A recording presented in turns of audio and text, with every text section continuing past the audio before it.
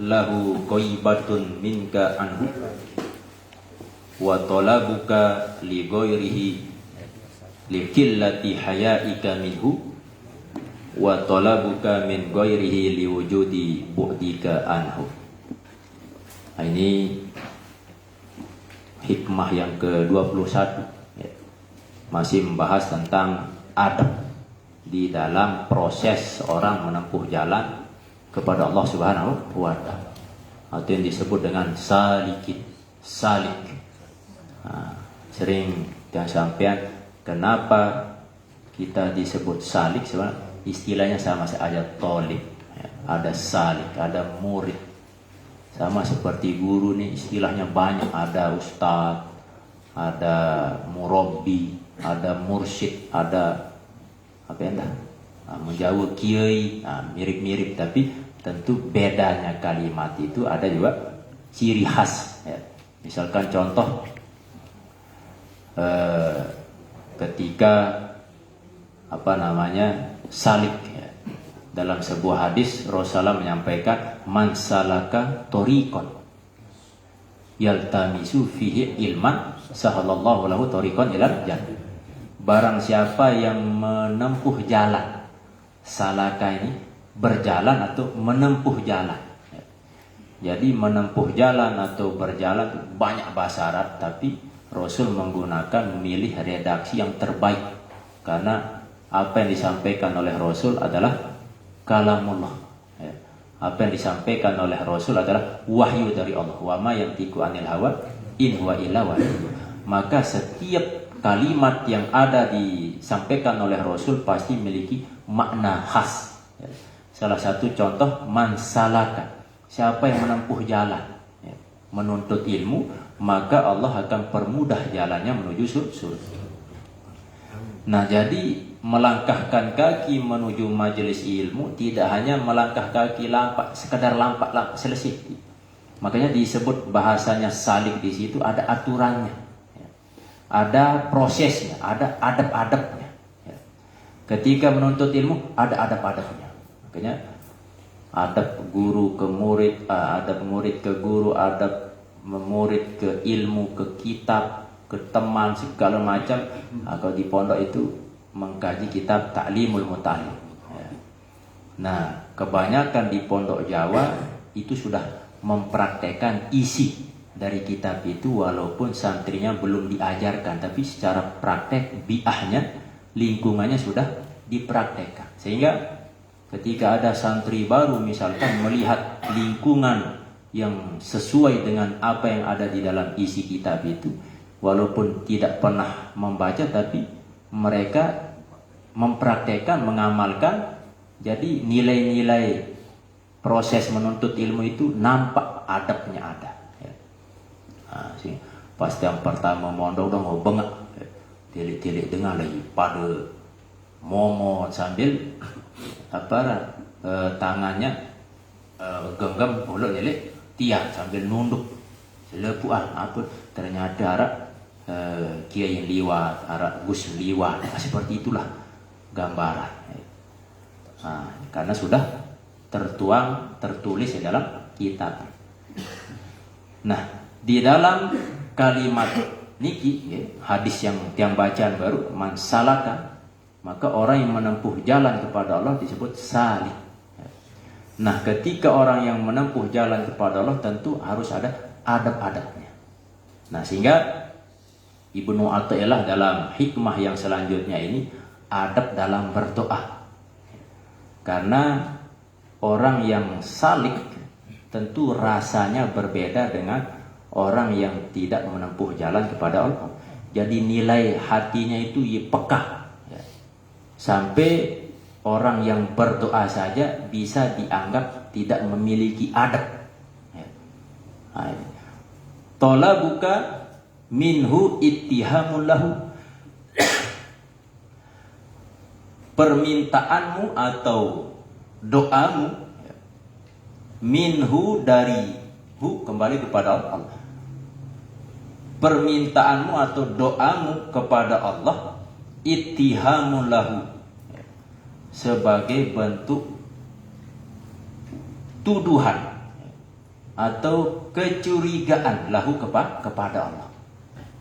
Nah, ini kan kata Ibnu Athilah, ada orang berdoa tapi saat kau berdoa seolah-olah engkau tuduh Allah. Nah, ini kan membingungkan ya. Kenapa? Karena orang yang benar-benar menjadi salik tidak hanya dia berdoa. Ya. Nah, maksudnya di sini bukan kita dilarang untuk berdoa, tidak. Ya. Tetapi harus ada adab dalam saat berdoa. Kadang kita saat butuh baru berdoa kepada Allah. Ya. Atau saat kita menginginkan sesuatu baru kita berdoa kepada Allah. Ya. Dan di dalam keyakinan kita bahwa ya, Allah harus diminta dulu baru diberi. Harus diminta dulu baru diberi. Nah, inilah adab yang oleh Ibnu Athilah beliau katakan tidak beradab. Sehingga beliau sebutkan doamu, permintaanmu kepada Allah seolah-olah engkau menuduh Allah. Ya. Padahal Allah sudah tahu, sudah paham apa yang terjadi pada dirimu, apa kemelek. Nah, sehingga dagang dia berdoa, Allah tahu apa Allah jak nabi cukup pendek. Ya. Nah, lagu nunas kepada Allah berarti seolah-olah engkau tuduh Allah apa ndek menjak tebing apa-apa seperti itu. Ibarat berduit dengan toak. Ya. Nah, dengan toak ini kadang dia paham kemilik anak. Ya. Nah, misal pas sekolah, arah sa SMA, arah sa SD, arah sa PAUD. Ya. Nah, orang tua ini dia paham apa kemilik anak. Amun wah SMA loean mau amun sa SD ke dia, nah sa PAUD sekedia. Ya. Nah, ketika ada seorang anak meminta, berarti seolah-olah anak ini ndek yakin jak tebe. Ya. Nah, ia bengendih. Nah, sehingga oleh Ibnu Athilah orang yang berdoa kepada Allah dia anggap sebagai menuduh Allah. Nah, param Allah ndek jak ngebeng apa-apa. Iya Beduk. Nah, ini bagi orang yang salik, bukan berarti dilarang atau tebing berdoa ya, tapi untuk melatih adab. Makanya dalam doa niki harus niat ya. Niat saat berdoa ya tentu niat untuk melakukan ketaatan kepada Allah. Terus saat kedua niat untuk ibadah kepada Allah. Nah, saat ketelu niat untuk menjalankan perintah Allah ya. Dan niat-niat sholat ya. Tolabuka minhu ittihamul lahu. Ini kisah pertama. Terus saat kedua doa yang dianggap kurang beradab, wa tolabuka lahu ghaibatun minka anhu. Dan permohonanmu lahu kepadanya ghaibatun minka anhu. Ghaibatun jauh minka darimu anhu akan Allah. Arti permintaanmu supaya engkau dekat kepada Allah itu menunjukkan arti bahwa engkau jauh dari Allah.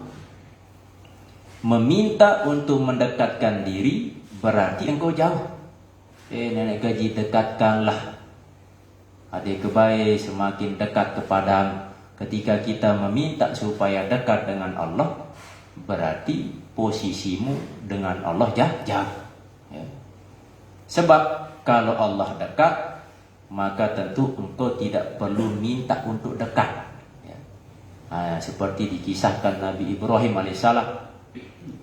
Nabi Ibrahim saat hendak dibakar oleh Raja Namrud, piwah begelanyat ke iwah segala macam, datang malaikat menawarkan bantuan ya, dia suruh untuk berdoa kepada Allah. Tetapi Nabi Ibrahim saking merasa dekat dengan Allah, disembel jak nginding tolong berdoa. Ibaratnya Allah dekat denganku, maka dia paham apa yang saya alami. Nah, tidak berdoa saat itu bukan berarti Nabi Ibrahim tidak berdoa, tetapi saat itu dia tidak berdoa, merasa dekat Nah, saat itu langsung Allah memberikan bantuan. Ya narukuni barda wa salama. Jadi Allah yang merubah status adat sifat api yang panas malah menjadi dingin. Nah, ini membuktikan bahwa segala sesuatu itu yang kuasa hanyalah Allah. Nabi Musa bisa membelah lautan. Nah, bukan karena kekuatan dari mukjizat Musa itu, tapi yang dari Allah SWT. Apalagi Nabi Ibrahim, itu pun dari Allah. Semua kepada Allah. Sehingga saat berdoa pun kita harus niatkan hanya kepada Allah SWT. Ain, meminta dekat kepada Allah berarti engkau jauh. Nah, orang yang salik itu harus merasa dekat. Sampai lebih dekat dari urat leher. Nah, ini tentu tingkatan salik yang sudah tinggi-tinggi. Nah, lemun sak luek dosa tentu ndek terdekat atau itu terjauh. Maka ndek tetap butuh doa sak biaran. Nah, ini memang kitabnya kelas-kelas tuh ajarin ya. Nah, intinya kita melatih diri kita supaya memperbaiki adab dalam berdoa. Wa talabuka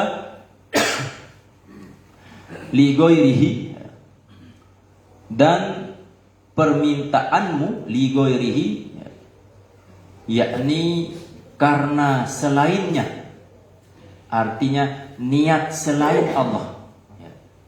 Kan kalau kita berdoa, doa itu artinya kan minta tolong. Nah, tempat kita minta pertolongan itu hanyalah Allah.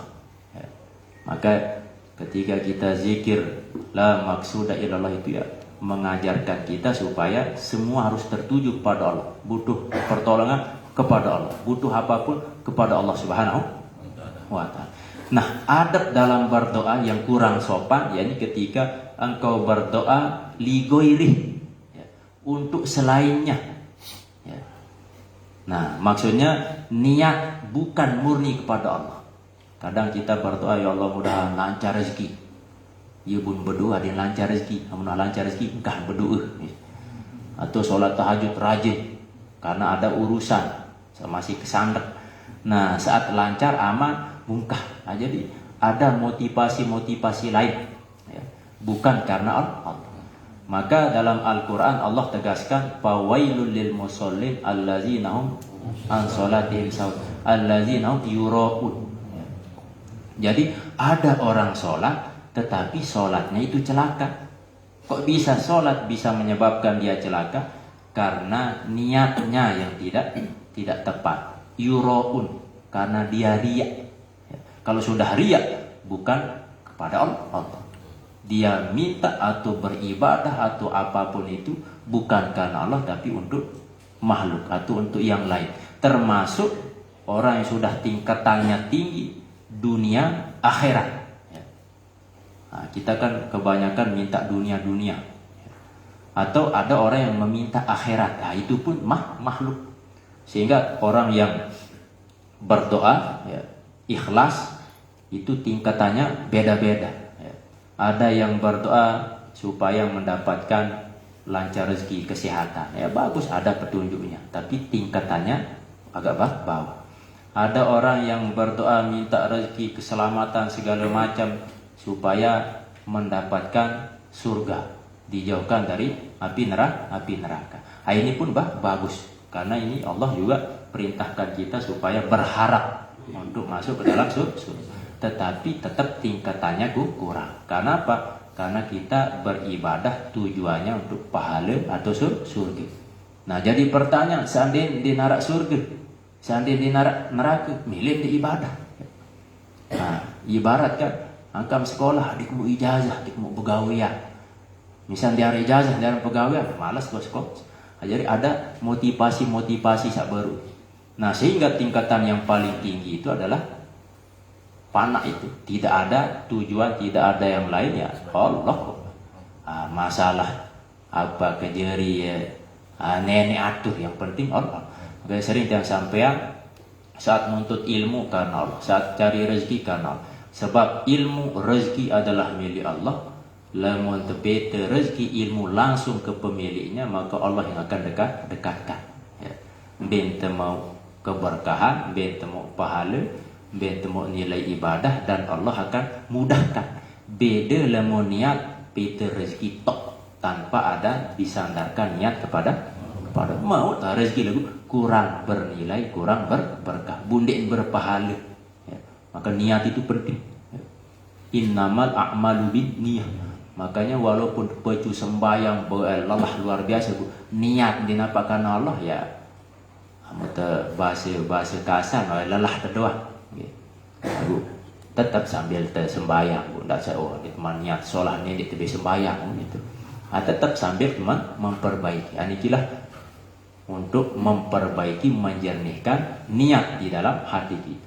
Nah, wa talabuka li ghairihi. Nah, seandainya engkau berdoa meminta kepada Allah, ya, li ghairihi, kepada selainnya, ya kendeng ne untuk ne likillati hayaika minhu, maka engkau sedikit rasa malumu, ya. Istilah nadi ilak, bahasa kasar kesambal, begitulah. Belakuk berdoa lagu untuk diri, untuk ni, bukan untuk Allah, kesambal. Likil lati hayaika, karena sedikit rasa malu. Wa talabuka min ghairihi liwujudi bu'dika anhu. Dan permintaanmu min ghairihi, dari selain Allah. Jadi engkau minta, dan mintamu itu bukan kepada Allah tapi selain Allah, liwujudi bu'dika anhu, itu menunjukkan bahwa engkau jauh dari Allah SWT. Engkau benar-benar jauh daripada Allah Subhanahu wa ta'ala. Baca sikit. Ma min nafasin,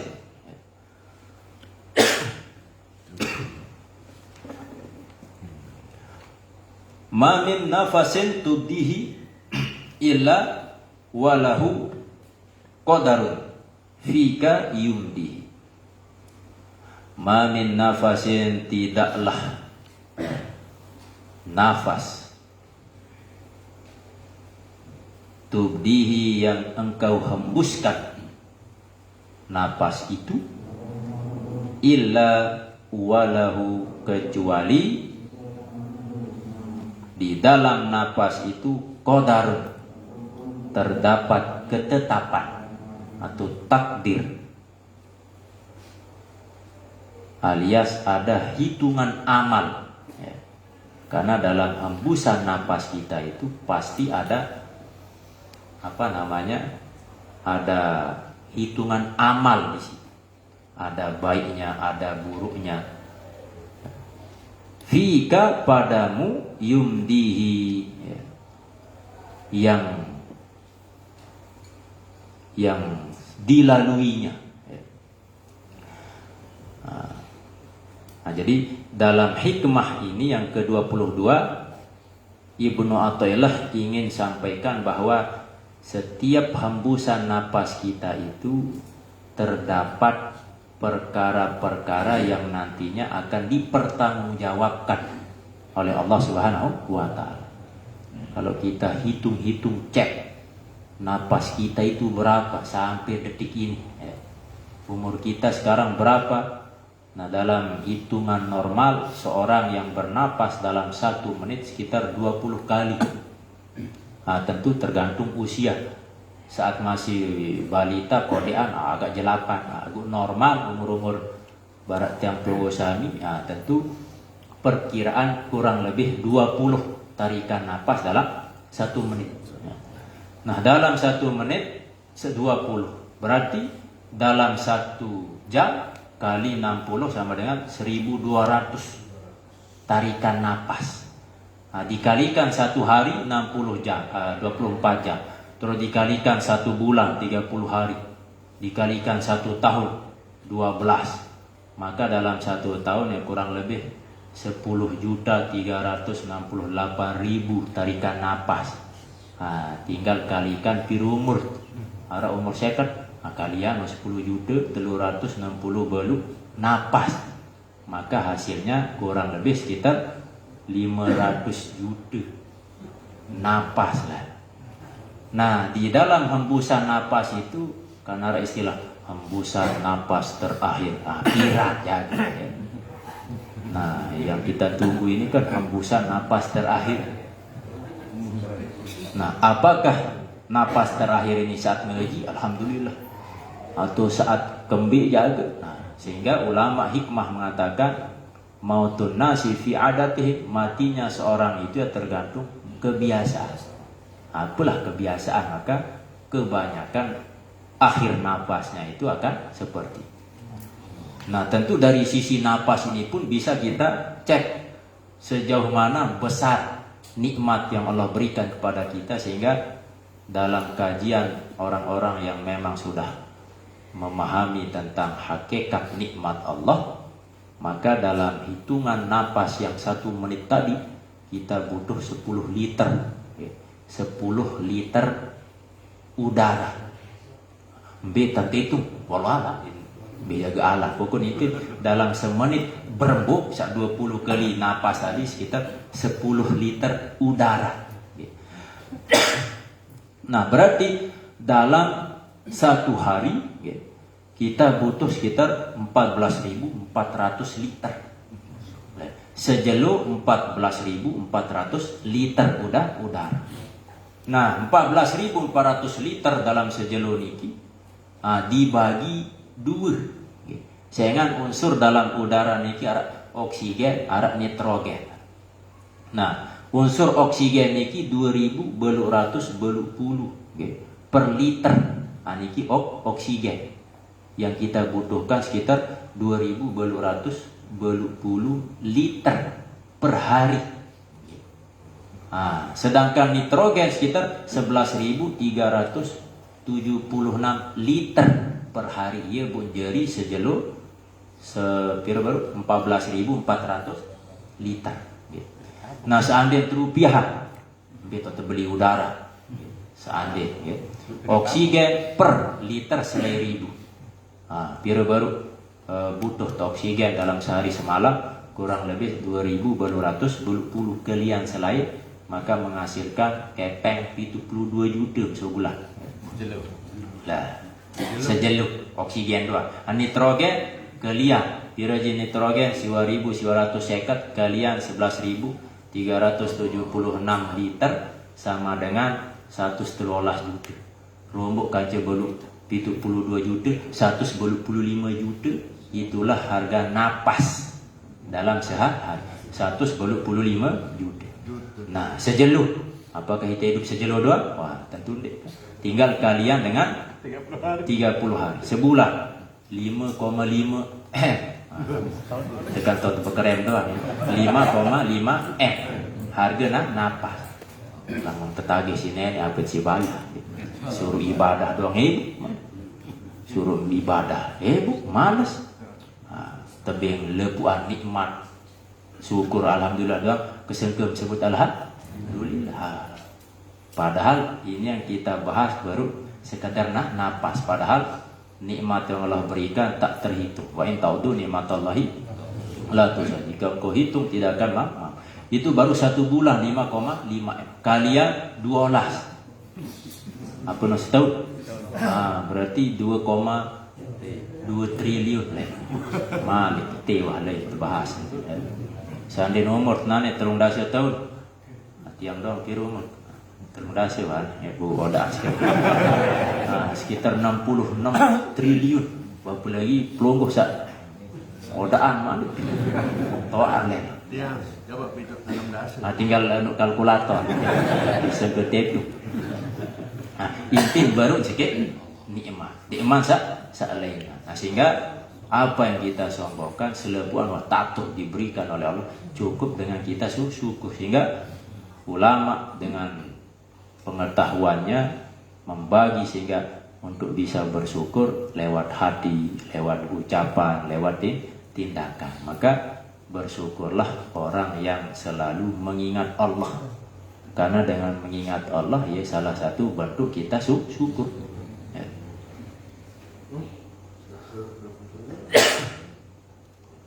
Aniki ma min nafasin tubdihi illa walahu qadarun fika. Dan dalam setiap hembusan nafas itu ada hitungan-hitungan amal. Maka jagalah setiap hembusan nafas itu untuk terus melakukan ucapan yang baik, perbuatan yang baik, langkah yang baik, karena kita tidak tahu pirang tonjak cep ini napas. Maka janganlah bermain-main menentukan tentang kematian. Kalau nanti dokter merawas, wah mati nih pasien kayak seminggu, ternyata sakit nih malah los, sehat, nah dokter nih malah mati. Ada seorang istri dalam kondisi hamil luar biasa, untuk operasi si dokter antara hidup dan mati. Nah bu semamun sehat segar bugar, nah bu lupa nubet kepeng, bu ulik jok balik nubet kepeng, bu kepleset, bu trik buir malah mati. Banyak malah lu kan kisah-kisah nyikin kah begawian lelah istirahat mati, tama jok jadi yang kepesan mati, kando empat selit gigi si salah tolak mati. Pokok intin pokok narak sebab. Nah sehingga sebab si loe nani, habis si mati nih, oh tenggelam. Nih mati siapa? Fitri. Nih si mati, loe lalu alasan. Maka Allah sampaikan nasiki alasan dengan mati. Wa makana li nafsin illa tamu illa antamuta illa apa? Wa makana li nafsin antamuta illa biiznillah kitabam muajjal. Tidaklah mati seorang makhluk manusia ini kecuali ajalnya sudah ditetapkan oleh Allah. Ajal ini beda dengan umur. Nah lemun umur yakni langan baru terlahir sampai ajal umur. Nah ajal niki garis finish akhir. Niki aran ajal. Tidak bisa dimajukan, tidak bisa diakhirkan. Nah, muncul pertanyaan lah, terlalu silaturahim kepanjangan umur. Padahal ajalnya disebut pemaju, disebut tentu berbagai macam penafsiran. Ada yang mengatakan ketika orang nepiaran silaturahim, lemun umur tetap, tetapi berkahnya, ya. Dakan konteks umur lagu berkah niki, nanti kena bilum lagu ure doang isi. Maka tentu tetap tertunas, ya, karena pengetahuan Allah. Allah tahu pirang jak mati, nah manusia tidak tahu, ia pun tetap nunas. Karena takdir niki ada yang mengatakan kita seperti catur, ya. Telai membelai tukang nyatur, ya. Ibarat kita seperti catur membelai. Ada yang berpendapat bahwa takdir itu bebas, manusia ini bebas meminta milih.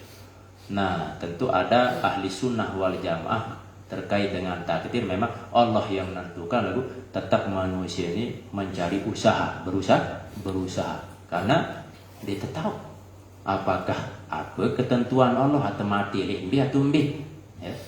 Nah sehingga tentu kita harus yakin, percaya, beriman kepada takdir yang Allah berikan, termasuk takdir sawah pasti, perjalanan tugas daripada matahari, disiplin menuah jam sekian, terbit menuah sore tenggelam, ya. Nah, dan seterusnya. Ini lemat lanjutan malam ini. La tatarokkab faragul aghyar fa inna zalika yaqta'uka an wujudil muraqabah lahu fi ma huwa makimuka fi. Ila anna Allah la bisawbidil marji wal ma'ad. أعوذ بالله من الشيطان الرجيم بسم الله الرحمن الرحيم الحمد لله رب العالمين اللهم صل على سيدنا محمد الأمي وعلى آله وصحبه وبارك وسلم اللهم إنا نسألك فهم النبي حفظ المرسلين إلى حمل ملائكة المقربين وأن تجعلنا من العلماء المحققين بحق اليقين إن لك برحمتك يا أرحم الراحمين يا فتاح عليم الكريم الرزاق فافتح بابنا بالقرآن الكريم اللهم اغفر لنا ذنوبنا ولوالدينا وارحمهم كما ربونا صغارا ولجميع المؤمنين والمؤمنات المسلمين والمسلمات الأحياء منهم والأموات ربنا آتنا في الدنيا حسنة وفي الآخرة حسنة وقنا عذاب النار والحمد لله. الفاتحة.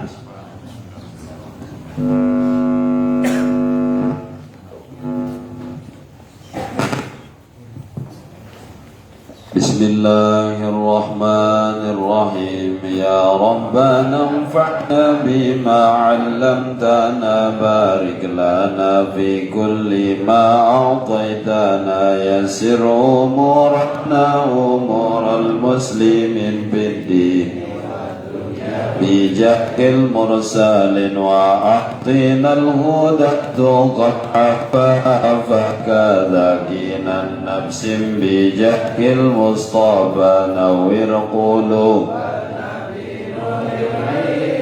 والاستقامة بغير السهم قد قلت في كتابك الكريم إلى رسولك العظيم الأكرم حبيبنا شافعينا ذي الخلق العظيم كل المجد وهو فاستقم كما أمرت فكن موافقا لنا محكم إلهنا يا ربنا فأهدنا ما قد وعدتنا ولا تهنا ولا تخيبنا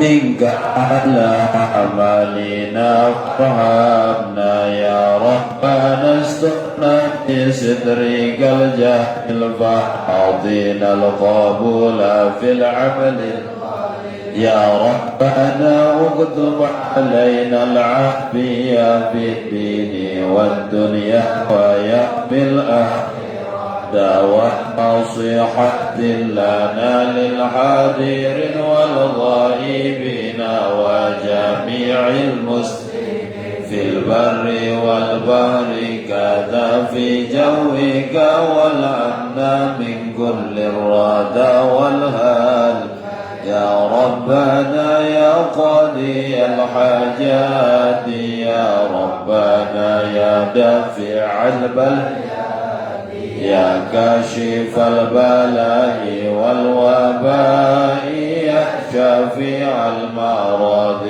كل داء جميع مرضانا اكشف يا رب في الظاهر الباطن من أبداننا سلم قلوبنا من داء الحسد عجب الرياء والحقد وأعطنا الإخلاص في كل العمل لوجهك قصير العمل يا ربنا بلغ لنا كل المنى وأفرغ الصبر علينا إلهنا يا ربنا يا سيدنا حسن لنا الأخلاق زد إيمان قوي يقيننا بدينك الكريم ووعدك الثواب والأجر يا ربنا اغفر لنا وارحمنا وأنت مولانا فتب علينا إنك أنت غفير الذنوب وقابل التوبة كل المذنبين يا ربنا انصرنا بهذا البعد دار السلام جد بجد الجد حكمتك افتح في المعاد يسر لنا من رزقك صل على حبيبنا خليلنا سيدنا قدوتنا وآله المجاهدين الصالحين وصحبه المصدقين والتابعين الأولياء العارفين والعلماء العاملين العادلين ثم بحمده تعالى عز جل واغفر لنظيم الله الأجر آمين آمين آمين آمين آمين